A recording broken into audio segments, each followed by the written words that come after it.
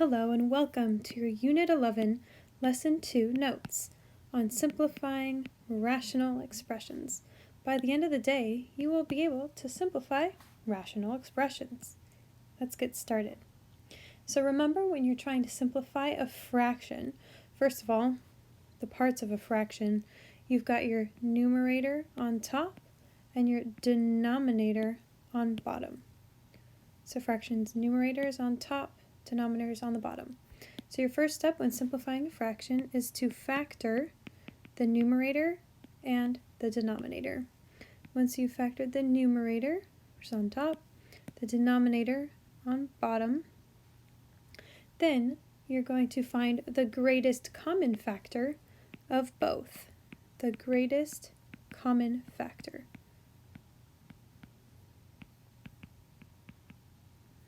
Then, after you find the greatest common factor, you are going to divide both the numerator and the denominator by your GCF, by the greatest common factor. Let's do a couple examples. So if we look at 24 over 14, our first step is to factor the numerator. So our numerator here is 24.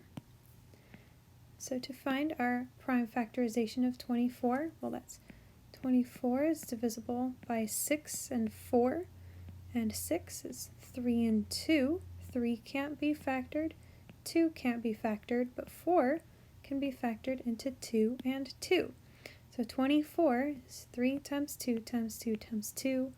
I like to write those in order from smallest to biggest, so 2 times 2 times 2 times 3. Next, let's factor our denominator. Our denominator is 14. So to factor 14, we're going to split 14 up into 2 times 7, and that's it, we're done. So 14 is 2 times 7, 2 times 7. So that's our first step. We factored the numerator and the denominator. Next, we're going to find the greatest common factor. So again, to find the greatest common factor, you want to find what they have in common. Well, looking at this guy right here, I see that both top and bottom have a 2. There's a 2 here and a 2 here, and that's it. So that means that our GCF, our greatest common factor, is 2. So now our 2's are going to cancel out. Bye-bye, bye-bye. And on top, that gives us 2 times 2 times 3, which is 12, and 7, which is 7. Haha, that's it.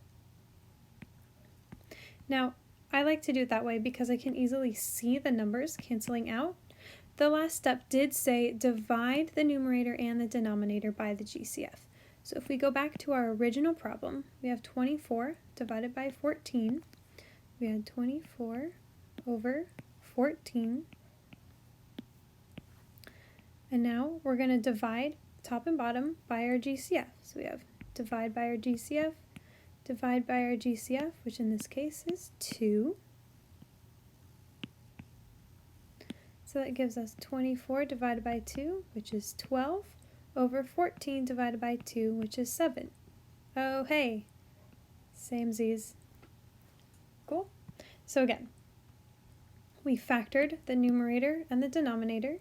We found their greatest common factor, what do they have in common, and divided top and bottom by the GCF. Let's do it again. So let's start out by looking at our numerator. Our numerator here is 12. So 12 we can split up into 2 times 6, and then 3 times 2.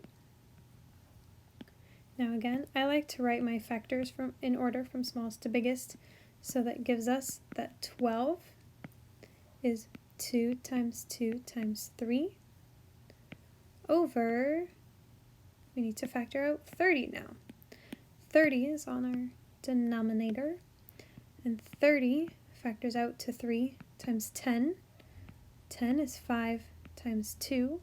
We can't factor 3, 5, or 2, so that's 2 times 3 times 5. Awesome. So now that we've factored the numerator and the denominator, we need to find the greatest common factor. What do they have in common? Well, as I look at these guys, I see that they have a 2 in common. They also have a 3 in common, and that's it. So their GCF is 2 times 3, which is 6. For our last step, we're going to divide top and bottom by our greatest common factor. So we get 12 divided by 6 over 30 divided by 6. Again, we're dividing top and bottom by our GCF. Our numerator was 12, our denominator was 30. 12 divided by 6 is 2, and 30 divided by 6 is 5. And that does match what we get up here, right? We have our 2's cancel out, our 3's cancel out, giving us 2 over 5 for our correct answer. And that is how you simplify fractions. Great? Great. Now the good news is that simplifying a radical expression is just like simplifying, did I say radical? Because I totally meant rational. Simplifying a rational expression is just like simplifying a fraction. Because a rational expression is because all rational expressions can be written in the form of a over b, which is a fraction.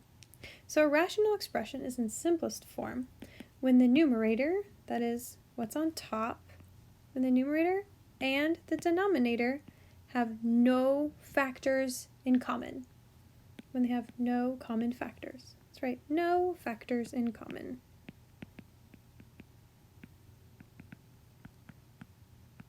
Therefore, we are going to factor out their common factors. So here we go, exact same steps. First, we're going to factor out our numerator and our denominator. So our numerator here, we're going to factor out 14 first. 14, we already factored earlier, is 2 and 7. So right away, that gives us 2 times 7. Because we can factor out 14 as being 2 times 7. Cool. Then to factor out a cubed, well, a cubed, that's a times a times a. So that's 1, 2, 3 a's. Awesome. And now to factor out b, well, there's just one b. You can't factor it. So that gives us just b. Now to factor 8. Well, rather, we're going to factor our denominator. So to factor 8, which is my favorite number, 8 is 4 times 2. And 4 is 2 times 2. You can't factor 2 anymore because 2 is prime. So that means 8 is 2 times 2 times 2. So that gives us 8. We write, 2 times 2 times 2. And then a squared is just 2 a's. So we can replace our a squared with a times a. And finally, we can replace our, let's go dark. We can replace our b to the 4th with 4 b's.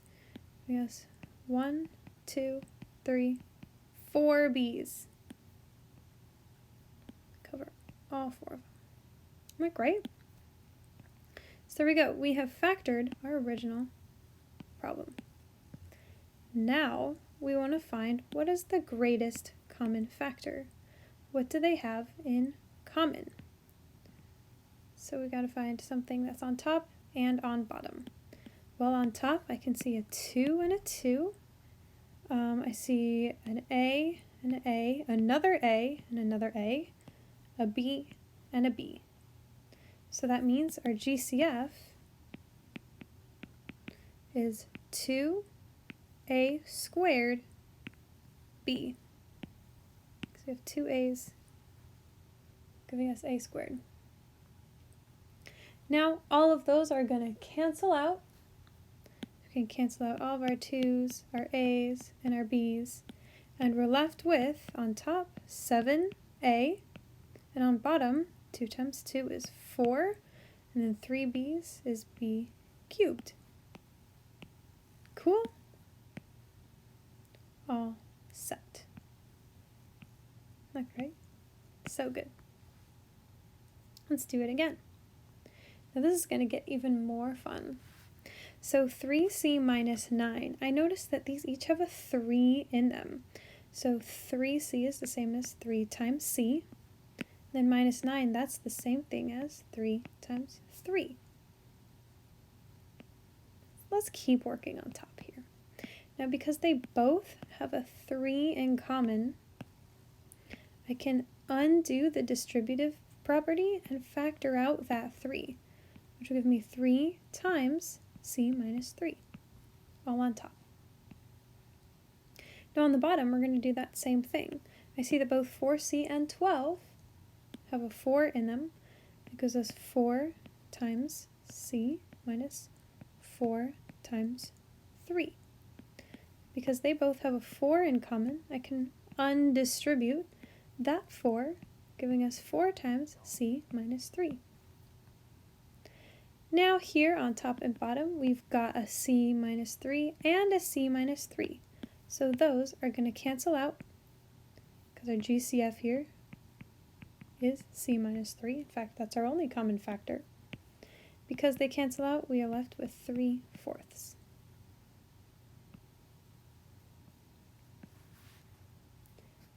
But be careful. We also need to include excluded values. Remember, an excluded value will make your denominator equal to 0. So we need to look at both our original problem and our answer to find out what our excluded values are.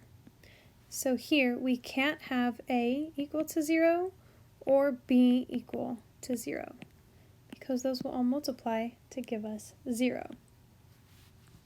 So in addition to our answer, we need to say, oh, remember, a is not equal to 0 and b is not equal to 0. And that is our final answer.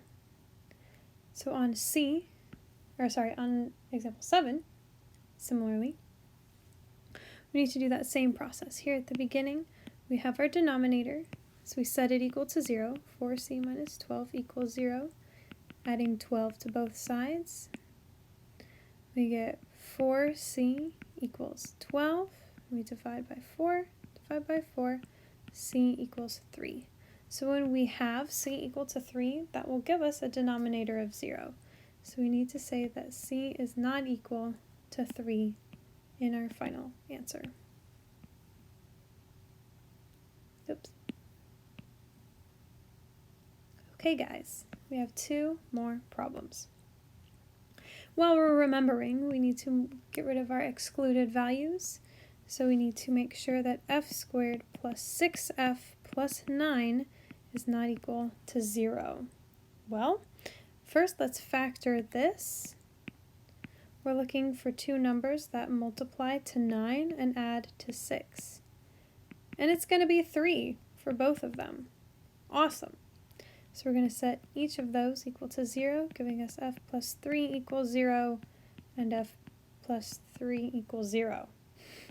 Subtracting 3 from both sides gives us that f equals negative 3 for both of them, because it's the same expression. So our excluded value is that f equals negative 3. Now, let's go back to simplifying our rational expression. Remember that we need to factor the numerator and the denominator. Here, this is already factored also. We have f plus 3 times f. Now, in this problem, we already factored our denominator, so we can just reuse our f plus 3 times f plus 3. Now, what we have in common is one of these f plus 3's is going to cancel out with the one on top. That gives us f over f plus 3, remembering our excluded value that f cannot be equal to negative 3. Remember, if we have f equal to negative 3, that'll make our denominator 0. We cannot divide by 0. We have one more. Before we jump into our last problem, we're going to do a little bit of creative math, because this creative math is going to help us in our next problem. If we find the expression negative 4 plus g, we're going to factor out a negative 1. What happens when we factor out negative 1? Well, negative 1, or rather 4, is equal to negative 1 times 4. Cool. And g is equal to negative 1 times negative g, right? Because negative 1 times 4, that's negative 4, and that's equal to g. So that is equal to negative 4 plus g. Once we factor out our negative 1 from both sides, that's negative 1 times 4 minus g. We pulled a negative 1 out of each of those terms. Now we're going to want to hang on to this guy because we'll use him later. Okay, let's simplify this guy. So here I see they each have a g, well, I want to start with the bottom, g squared minus 4g. Now here on the bottom, I see that this is a difference of squares, because 16 is 4 squared, and g squared is, well, g squared. And our difference of squares pattern says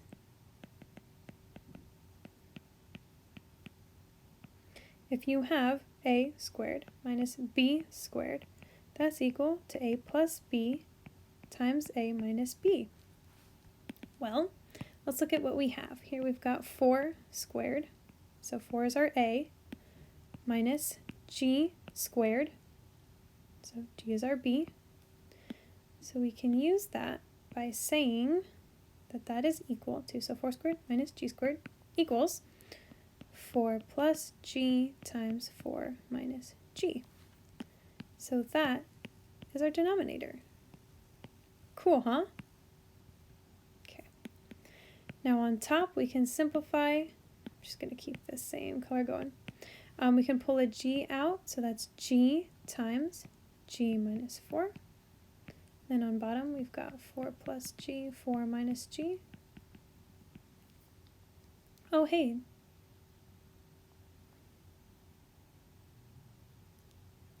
I'm going to rearrange this guy. We have g, instead of g minus 4, that's negative 4 plus g. So we've got 4 plus g, 4 minus g. And then, earlier we found that negative 4 plus g is equal to negative 1 times 4 minus g. Awesome.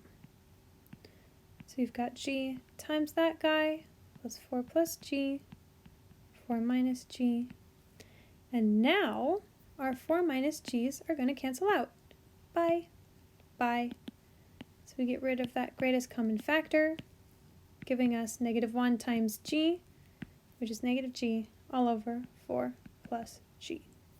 Oh, we forgot to look for excluded values.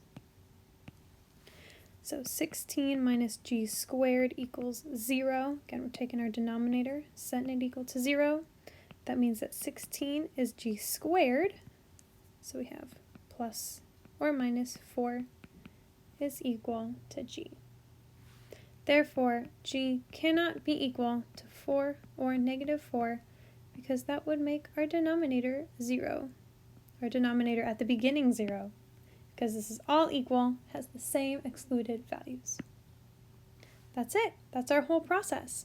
So again, to simplify any fraction, whether it's numbers or variables, factor, numerator and denominator, find the greatest common factor, and then reduce out the greatest common factor by dividing. Enjoy your homework.